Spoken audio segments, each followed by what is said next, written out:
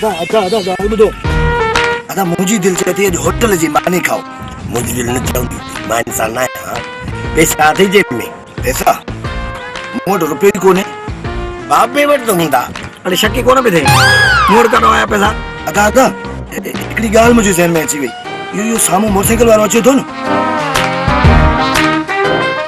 हा बाबो रुगो हिन सां टकराए बाक़ी कमु तुंहिंजो ऐं मुंहिंजो हा बाबा ईअं कर पाण खे उछला वठी लिंग मां सम्झ तुंहिंजी भॼी पई आहे पोइ ॾिस था कयूं छा था कयूं मूंखां ई कमु कोन थींदो न थींदो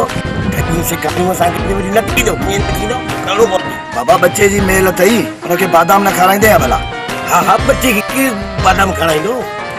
चओ ॻाल्हि सची था असां करे ग़लति चयो आहे छा हल टायर में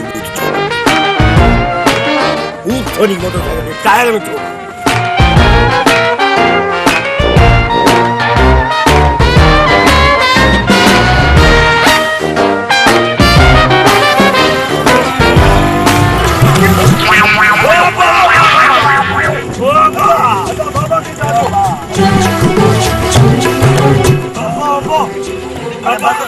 बंद कर पुलिस के फोन किया पुलिस के फोन किया हाँ जल्दी वञी पैसा खणिया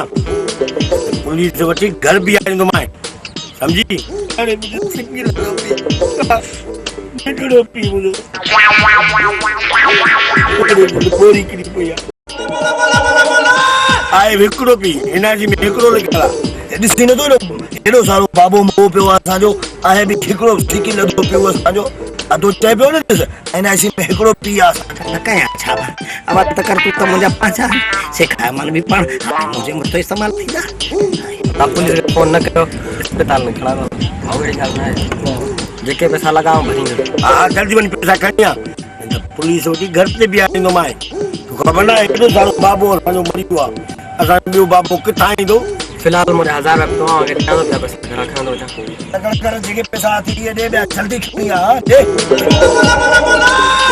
ॾिस मत हुजन को ॾिस आखी से घाटा आखी से घाटा इस बार है इसकी से पे ॾिस ॾिस बाबा ॾिस मां न कॾहिं संभला 100 रुपया है 100 ये बात है कि बीच में गिर गया तू सारे पे दे हेलो पैसा रे खणी चालू भी चालू कर गाड़ी चालू कर तेरे अस्पताल खणी में दे नालो अस्पताल में बुला चालू